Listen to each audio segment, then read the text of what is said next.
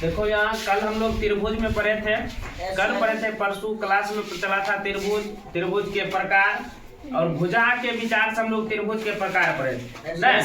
और आज हम पढ़े त्रिभुज जो है कोण के विचार से कितने प्रकार के होते हैं। जैसे भुजा के विचार से 3 प्रकार का हुआ था, समबाहु त्रिभुज, समद्विबाहु त्रिभुज और विषमबाहु त्रिभुज ना। उसी तरह से हम लोग कोण के विचार से त्रिभुज पढ़ते हैं। कोण के विचार से भी त्रिभुज 3 प्रकार के होते हैं। देखिए पहला है न्यून कोण त्रिभुज। कौन है? न्यून कोण त्रिभुज। उसके बाद दूसरा है समकोण त्रिभुज और तीसरा है अधिक कोण त्रिभुज। ये तीनों जो ऐसे कोण के विचार से त्रिभुज के प्रकार है। समझ गया? अब न्यून कोण किसे कहते हैं?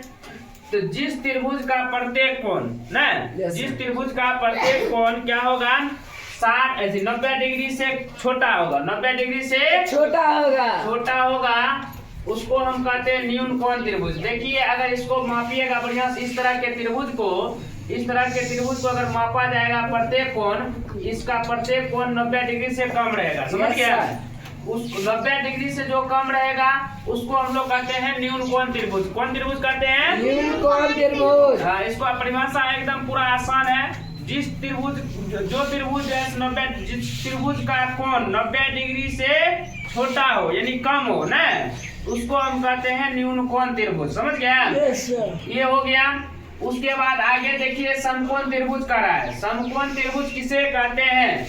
तो जिस त्रिभुज का कोण समकोण यानी 90 डिग्री होता है। जैसे मान लीजिए ये त्रिभुज बनाए, समझ गया?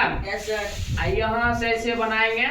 अब यहाँ जो ये देखो जो लंब पूरा सीधा है, रेखा पूरा सीधा है ना इस पर। इस पर जैसे पूरा सीधा रेखा है, इसके बीच जो कोण बन रहा है ये 90 डिग्री का कोण बनता है। कितना बनता है? 90 डिग्री का कोण बनता है। आप लोग जैसे धरती पर घर बनाते हैं तो पिलर गाड़ते हैं, पिलर एकदम पूरा सीधा देता है, सीधा देता है तो पृथ्वी मान लो उसका बेस बन गया। क्या बन गया? बेस बन गया। उस पर जो हम लोग पिलर खड़ा किए हैं, एकदम पूरा सीधा पिलर खड़ा किए हैं, तो वह 90 डिग्री का कोण बनाता है। तो वही जैसे लंब, उसको कहते हैं लंब। क्या कहते हैं?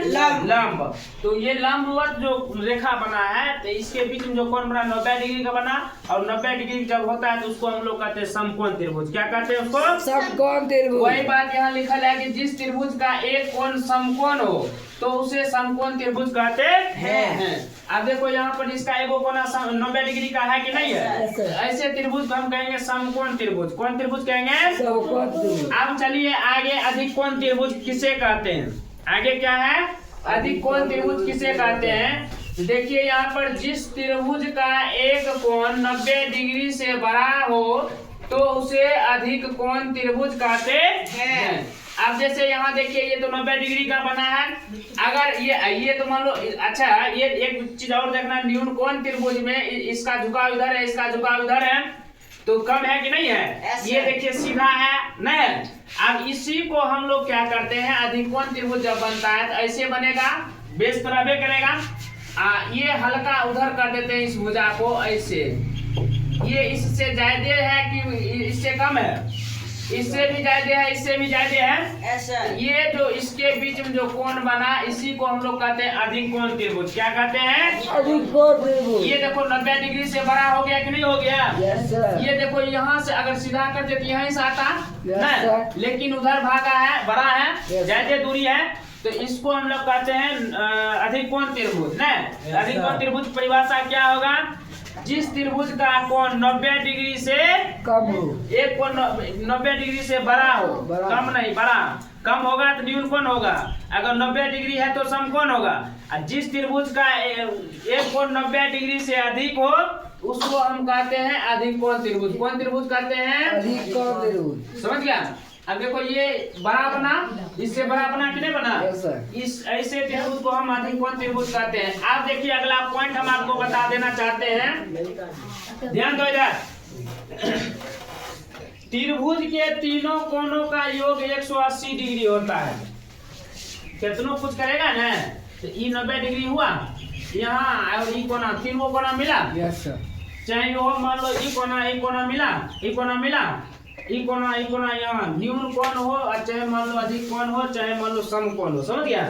तीनों त्रिभुज में अगर तीनों कोण का योग जोड़ा जाएगा तो जैसे एक त्रिभुज का तीनों कोना जोड़ेंगे तो 180 डिग्री होगा, उससे ज्यादा बड़ा नहीं होगा। इसमें भी 180 डिग्री होगा, उससे बड़ा नहीं होगा। इसमें भी 180 डिग्री होगा, उससे बड़ा नहीं होगा कौन, समझ गया। जैसे अगर मान लीजिए यहाँ पर मान लीजिए 90 है नहीं, तो 90 है तो यहाँ मान लो 50 रखो, यहाँ 40 रखो, 50 40 90 90 180। इसमें भी कुछ भी दे सकता है नहीं। मान लो कि वहाँ सवाल में आपको इस तरह से रहेगा कि एक कोण इतना है दूसरा कोण इतना है तो ये कोण निकालिए ना, बनाने के लिए दिया रहेगा इस तरह से। इसमें भी मान लो अगर ये 60 डिग्री का बना तो ये भी 60 डिग्री बनेगा, ये भी 60 डिग्री बनेगा नहीं। मैं यानी कि तीनों कोना कितनों कुछ करेंगे तो तीनों कोना का मान 180 से ज्यादा नहीं रहेगा, समझ गया। अब आगे चलिए, कहता है समद्विबाहु त्रिभुज के आधार पर कोण आपस में बराबर होते हैं। जैसे समद्विबाहु त्रिभुज बोले जिसका दो समद्विबाहु मतलब हो गया कि जिसका दो भुजा यानी बराबर रहेगा नहीं, बाकी बात तीसरा भुजा अलग रहेगा।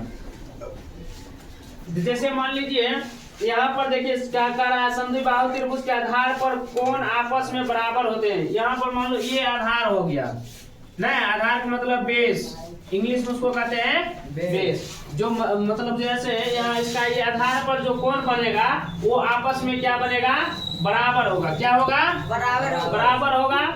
और बराबर कोणों के सामने की भुजा भी बराबर होती है।